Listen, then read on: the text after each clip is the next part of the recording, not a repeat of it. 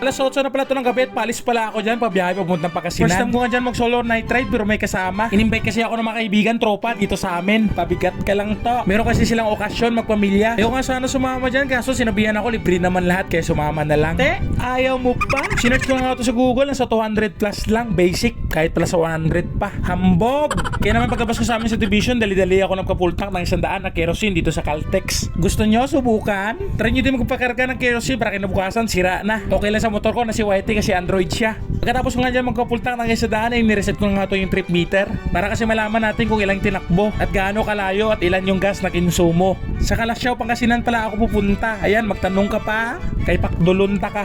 Dalawang NMAX pala kami dyan at dalawang sasakyan kaso mauuna sila. Una lang ako dala pala. May mga OBR pala kami dyan kaso hindi opisyal. Tapos ito to naman mukhang artificial. At nauna na kami umalis dyan. Ano gusto nyo? Kami maglakad?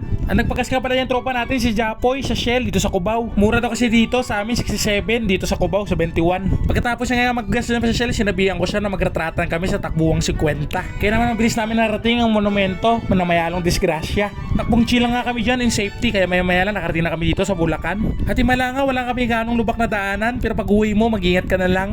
Maya nga lang nakarating na kami sa unang bayan ng Pampanga, nga palit. Sobrang dilim nga dito, tulang street light. Piling ko tuloy kinupit yung budget. Bahala ka dyan. At nadaanan na nga namin itong unang tulay dito sa Maya Pilit. Maya umulan pa. Kadimalas. Hindi nga kami uminto dyan, tuloy-tuloy lang para takbo ng buhay. Hindi kasi pwedeng uminto. Iinto ka lang pag deads na. Te, gusto mo mauna? At maya nga lang nadaanan na to namin ang syudad ng Pampanga. At ito nga yung tinagurian na may pinakahabang tulay sa Pilipinas. Biruin mo may itlog kang dala galing Manila. Pagdating mo dito naging ibon na.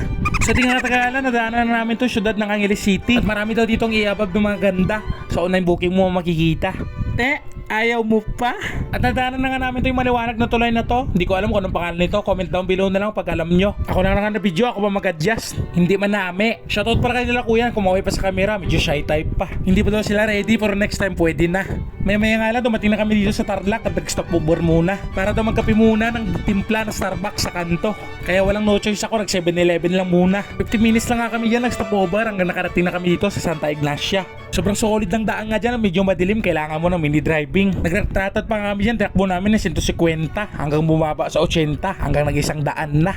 Ginpalupad mo to. Maya nga lang nakarating na kami sa unang bayan ng Pangasinan. Comment down below na lang kung anong bayan ito kasi hindi ko alam. Huminto pa nga ako dyan saglit kasi na-amaze ako sa daan. Lakas ka maka-airport, ang gandang daan, naka-light indicator pa. Feeling ko nga aeroplano dala ko, naka-autopilot na.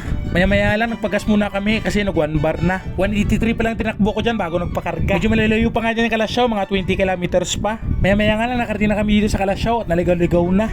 Buti nga lang dito si kuya, tinuro niya sa amin ng tamang daan. Kaya shoutout pala sa kuya. Kahit tinuro mo sa amin, hindi pa rin namin alam. Kamango sa inyo to. Buti na lang makasamahan namin na una nandun na kaya nag-share location na lang. At nakarating na kami dito sa Kalasyaw. Dito lang yan sa Barangay Mancop. Umalis pala kami ng 8:30 sa Manila at dumating kami ng 1:28. At sinayang ko na naman muli ang 3 minutong oras nyo. Bye bye.